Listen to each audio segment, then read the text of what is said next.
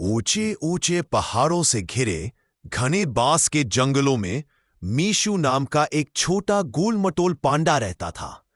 मीशु बहुत भोला और खेल कूद करने वाला था, लेकिन उसमें एक कमी थी। वो हमेशा धीमा और आलसी रहता था। हर सुबह जब उसके दोस्त लाल पांडा, हिरण और बंदर जंगल में दौड़ते कूदते और खेलते थे, तब मीशु एक बड़े से बांस के पेड़ के नीचे लेटा रहता और बांस चबाता रहता। एक दिन जंगल में एक घोषणा हुई। जंगल खेल प्रतियोगिता होने वाली थी। सभी जानवर बहुत उत्साहित थे। मीशु के दोस्त भी उसके पास पहुंचे और बोले, मीशु, तुम भी भाग लो, तुम भी तो बहुत ताकतवर हो।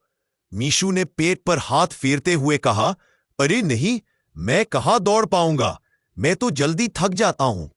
लेकिन उसके दोस्तों ने उसे समझाया, धीमा होना बुरा नहीं, कोशिश न करना बुरा है।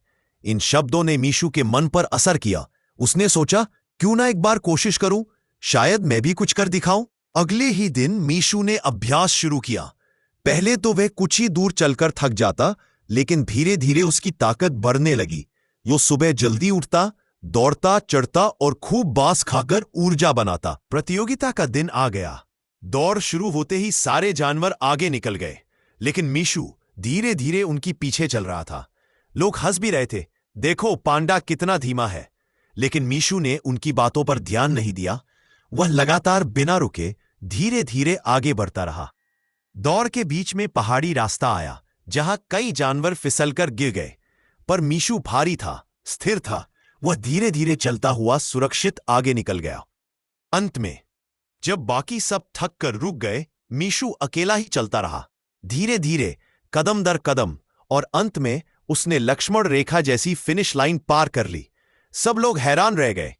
धीमा पांडा जीत गया? जंगल की रानी ने मुस्कुराते हुए कहा, तेज होना जरूरी नहीं, लगातार चलते रहना जरूरी है।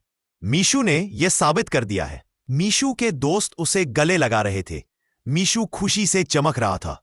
अब उसे समझ आ गया था कि कोशिश करने वाला ही जीत का हकदार होता है। कहानी का संदेश, धीमे चलने से कोई हारता नहीं, कोशिश न करने से हारता है। Thank you for watching Story. Please like, share and subscribe for more stories.